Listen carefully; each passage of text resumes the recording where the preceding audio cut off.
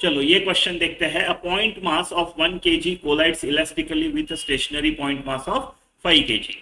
After their collision, the 1 kg mass reverses its direction and moves with speed 2 meter per second.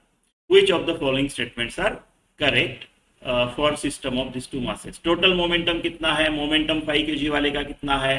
Centre of मास का kinetic energy, right, पहले उसके लिए मेरे को velocity of centre of मास निकालना पड़ेगा, m1v1 plus m2v2 divided by m1 plus m2, total kinetic energy, यानी मेरे को v1 v2 निकालने पड़ेंगे। तो मेरे को काम करना है, इलास्टिक कोलिजन है, राइट, तो कोएफिशिएंट ऑफ रेस्टिट्यूशन 1 ले सकता हूँ, या फिर काइनेटिक एनर्जी बिफोर और आफ्टर का कंजर्व करके इक्वेशन बनाऊंगा, कंजर्वेशन ऑफ मोमेंटम से इक्वेशन बना के सॉल्व करूंगा, प्रीटी स्टैंडर्ड मेथड।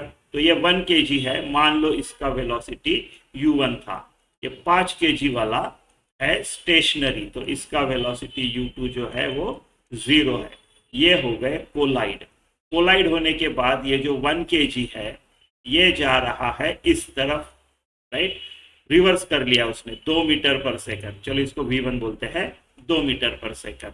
और आपका ये जो 5 kg है ऑब्वियसली ये इस तरफ जाना चाहिए, क्योंकि टोटल मोमेंटम बिफोर कोलिजन इस तरफ था पॉजिटिव की तरफ, तो टोटल इस बार भी इस तरफ का होना चाहिए। अगर ये निगेटिव में चला गया तो इसको ज्यादा पॉजिटिव होना पड़ेगा, है ना। तो ये मान लो v2 से जा रहा है, तो कंजर्वेशन ऑफ मोमेंटम बोलेगा 1 इंटू u1, ये 0 इक्वल टू, देखो इस तरफ का पॉजिटिव लेते हैं, इस तरफ का निगेटिव ले लेते हैं, तो ये निगेटिव है 2, है ना। तो 1 इंटू 2 माइनस 2, तो माइनस 2 प्लस 5v2, तो ये एक इक्वेशन बन गया है मेरा। अभी कोलिजन कैसा है? इलास्टिक है। अगर इलास्टिक है तो कोएफिशिएंट ऑफ रेस्टिट्यूशन 1 होगा। कोएफिशिएंट ऑफ रेस्टिट्यूशन क्या होता है? Velocity of separation minus velocity of separation upon velocity of approach, ऐसे होता है, राइट।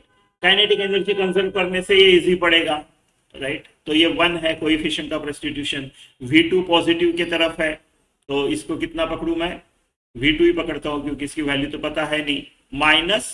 माइनस के तरफ 2 यानी प्लस 2, है ना, अपॉन u1, तो u1 है, तो ये भी एक इक्वेशन हो गया मेरे को। अभी ये इक्वेशन क्या हुआ? v2 plus 2 equal to u1। अब ये दो इक्वेशन सॉल्व कर लेते हैं। यहाँ पे v2 प्लस 2 रख देता हूँ u1 की जगह, तो v2 plus 2 is equal to minus 2 plus 5v2।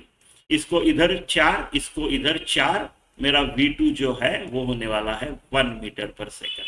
तो ये आ गया मेरे को 1 मीटर पर सेकंड। चलो लोग लगे हाथ, इसको भी निकाल लेते हैं। कितना होगा ये?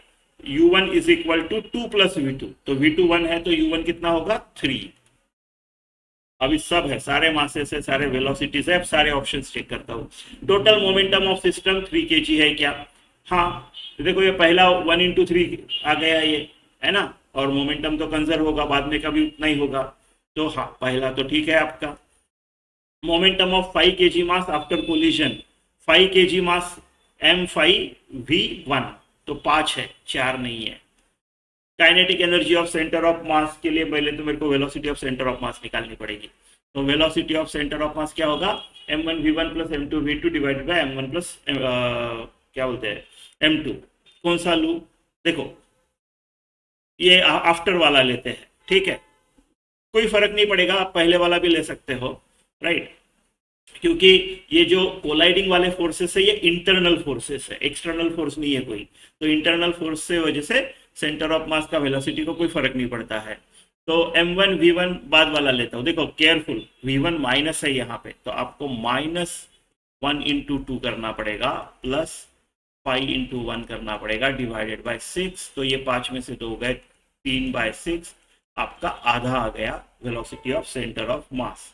तो kinetic energy of centre of mass क्या आएगा? हाफ टोटल मास यानी 6, राइट, टोटल लेना पड़ेगा ना आपको, और सेंटर ऑफ मास का ये 1/4, 6/8, 6/8 यानी 3/4 यानी 0.75 आपका सेंटर ऑफ मास का काइनेटिक एनर्जी है। तो ये तो करेक्ट है। Total kinetic energy of system 4 joule है क्या? इलास्टिक कोलिजन है, बिफोर और आफ्टर का टोटल काइनेटिक एनर्जी सेम रहेगा। चलो बिफोर का इजी है, ये कर लेते हैं। हाफ m1 kg इंटू 9, ये 4.5 है ना। तो नहीं, 4 नहीं है, 4.5 है। तो इसके जो करेक्ट ऑप्शन है आपके ए और सी है। ठीक है।